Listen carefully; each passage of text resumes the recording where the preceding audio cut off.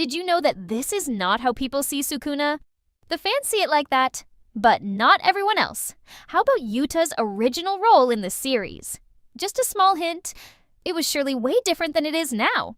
In today's video, you'll learn 51 small details you did not know about Jujutsu Kaisen. Jujutsu Kaisen was voted the best anime of winter 2021. And to say the least, this is actually really impressive, considering the competition it had for that specific anime season. Attack on Titan Season 4 was also airing at that time, which was actually the most in-demand show on the entire planet at that specific period, according to researchers. Other popular examples include Wonder Egg Priority, Dr. Stone, Mushoku Tensei, and That Time I Got Reincarnated as a Slime. But Jujutsu Kaisen beat them all. People's love for Jujutsu Kaisen can be seen from many more things. Fans love speaking about it in online forums, dress in cosplay as Jujutsu Kaisen characters. But perhaps the most prime example of its popularity is the fact that Jujutsu Kaisen ranked the most manga sales for 2021, reaching over 31 million copies worldwide, leaving Demon Slayer in second place with 29.5 million copies. The Jujutsu Kaisen manga actually received a 400% increase in popularity just 1 year after its release. Jujutsu Kaisen 0 was a huge success, having already generated over $196 million. The Demon Slayer movie, Mugen Train, held the #1 spot for the most revenue generated during the first day of release until Jujutsu Kaisen 0 broke that record too. Jujutsu Kaisen surely became a well-known name in the anime industry, however. It was not always meant to be named like that. The original name was Jutai Taisen, which later became Jujutsu Soshin before it finally became the now known to everyone Jujutsu Kaisen, which literally translates to sorcery fight in English. Sukuna's tattoos are the trademark sign that us fans use to decide who's in control of Itadori's body each time. But did you know that the people within Jujutsu Kaisen do not see these tattoos? This is evidenced by the following.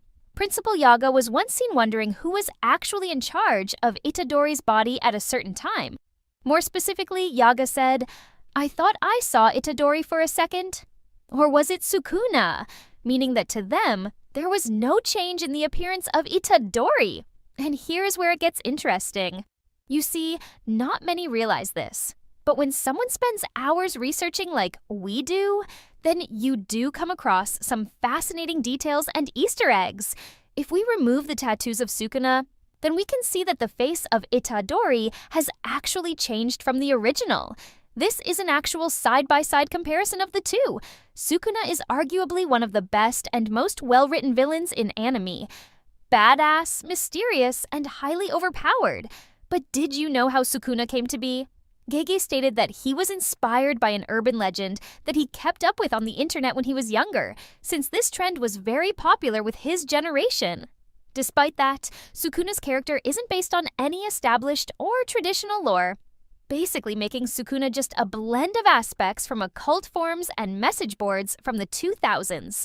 Speaking of Sukuna, it was stated that the goal of the villains of Jujutsu Kaisen is not to conquer, but actually completely destroy humanity. New-gen anime receiving inspiration from the big three is nothing really new.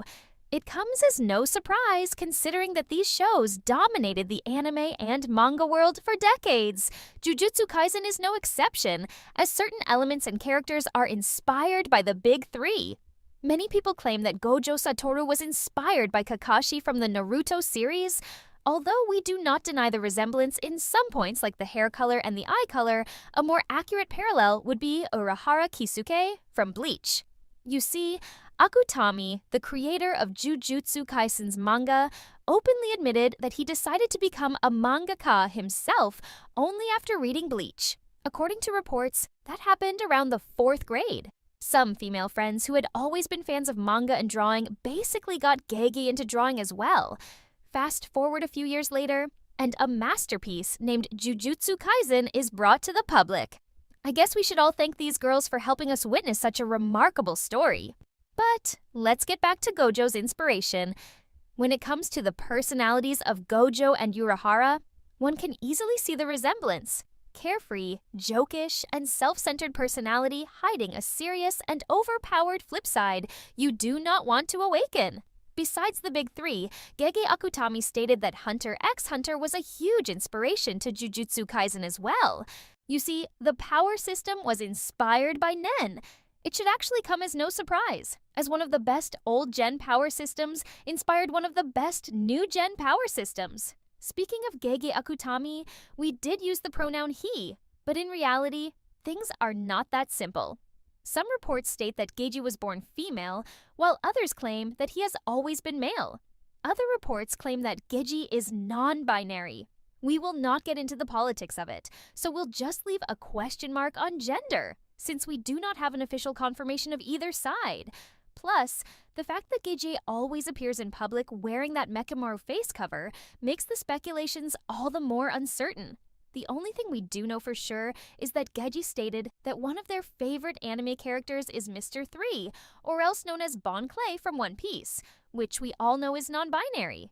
Gege chose to not reveal their identity, and that's why whenever they want to present themselves in SBS or online discussions, they use this one-eyed cat as their trademark logo. This pattern of remaining anonymous to the public has actually become quite normal recently, with various mangakas like Koyoharu Go-Touge of Demon Slayer. Since we started speaking of Gege, let's give you some other interesting facts on them. The first manga Akutami ever submitted to Shonen Jump was basically a joke to pass the time. They didn't think they'd even get any feedback, but something unexpected happened. The editor reached back and said that Gege had potential and talent.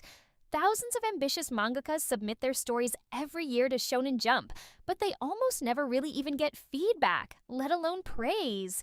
And to think that Gege managed to do that with just a story they wrote to pass the time speaks volumes of their talent. This, of course, got them even more serious about becoming a mangaka in the future. It is a fact that many mangakas resort to fan service in order to keep their readers engaged in the series.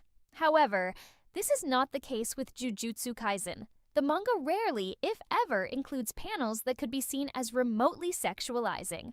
When asked about this, Gege Akutami replied that his parents read the manga, so he'd be too embarrassed to add such content. Gege mentioned that he really enjoys horror stories. And don't worry, we won't spoil it for non-manga readers. But anyone who's read the manga knows that this explains a lot.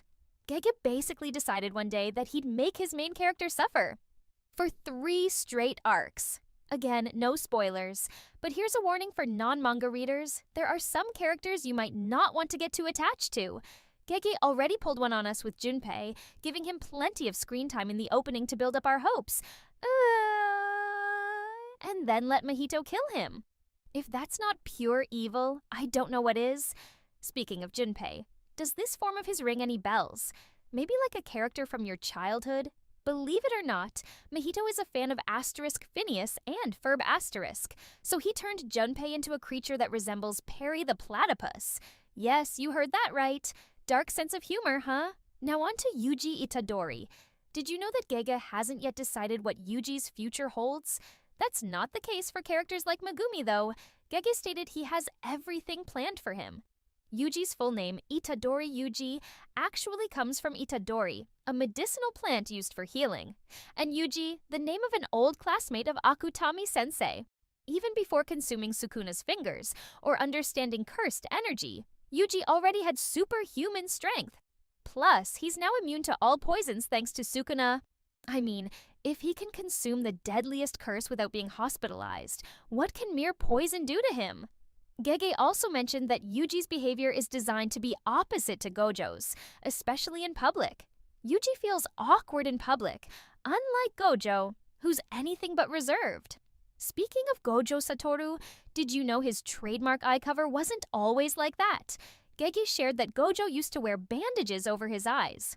But why is Gojo always blindfolded?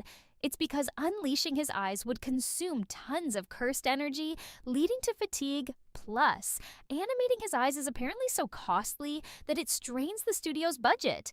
I can only imagine how MAPPA's animators work to bring Gojo's eyes to life. Now, as for why Gojo doesn't have a girlfriend, Gege said Gojo couldn't stay faithful to one person.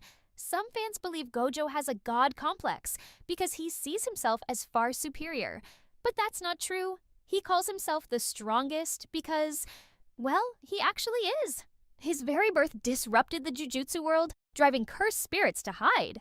Gojo possesses both the Six Eyes, or Rikugen, and the Limitless. He's the first Gojo family member in 400 years with this combination, giving him practically unlimited cursed energy. This allows him to use domain expansion multiple times in a day, which is no small feat in Jujutsu Kaisen. While Gojo seems to have endless cursed energy, that doesn't mean his energy is infinite. A student of his, Yuta Okotsu, actually has even more cursed energy than Gojo.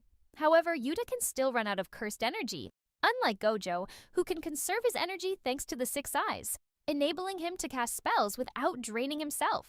Speaking of Yuta, did you know he was originally meant to be the series' protagonist? Not only that, his hairstyle was initially going to look like Megumi's. However, Gege changed it to avoid confusion.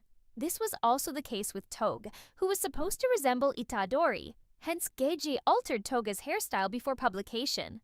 Toge is one of the most popular characters in Jujutsu Kaisen, despite mostly speaking with sushi ingredients. He uses nonsensical words like salmon to avoid unwanted side effects from his cursed speech, which is so powerful that a wrong word could cause harm. Each expression has meaning, though. Salmon means affirmation, fish flakes negation, and kelp is a greeting. Mappa, known for Jujutsu Kaisen and Attack on Titan, included a fun Easter egg. Remember when Nobara and Itadori did that strange run? It's a nod to the iconic run of the mindless titans that became a meme worldwide. Many locations in the anime are inspired by real places, like the Zenin clan's home, based on a Tokyo architectural museum, and other sites modeled after real spots in Japan. There's one sad rumor, though. The manga might end in 1 or 2 years. But the good news, there are already 2 light novels in production for those wanting more. A great anime moment is recognizing a character's voice actor from other series. For example, Gojo's voice actor also voices Hawks in My Hero Academia, while Sukuna shares his with Yami from Black Clover, Grimjo from Bleach, and Eraserhead from My Hero Academia. Yuji shares his voice with Fugo from JoJo's Bizarre Adventure, Mei with Boa Hancock from One Piece, Geto with Tomioka from Demon Slayer, Noritoshi Kamo with Rengoku from Demon Slayer, Jogo with Buggy from One Piece, Mahito with Zora Ideale from Black Clover, and Nanami with Ishiki Otsutsuki from Boruto. Jujutsu Kaisen's voice casting is simply stellar. If you enjoyed this deep dive, why not hit that subscribe button and check out more videos?